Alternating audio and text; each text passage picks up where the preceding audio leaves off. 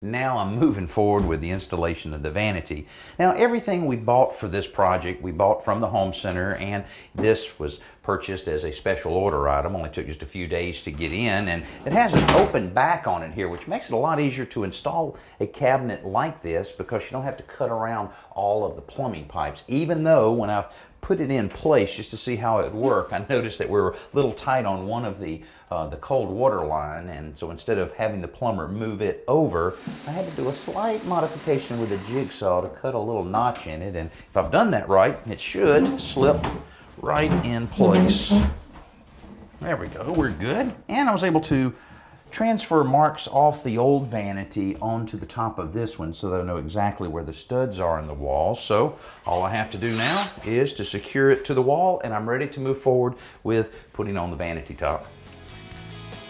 Because this vanity is so shallow, it's ideal for this small space. But once we add the top with this integrated sink, the whole thing will have a very nice custom look, even though we only paid about $480 for it.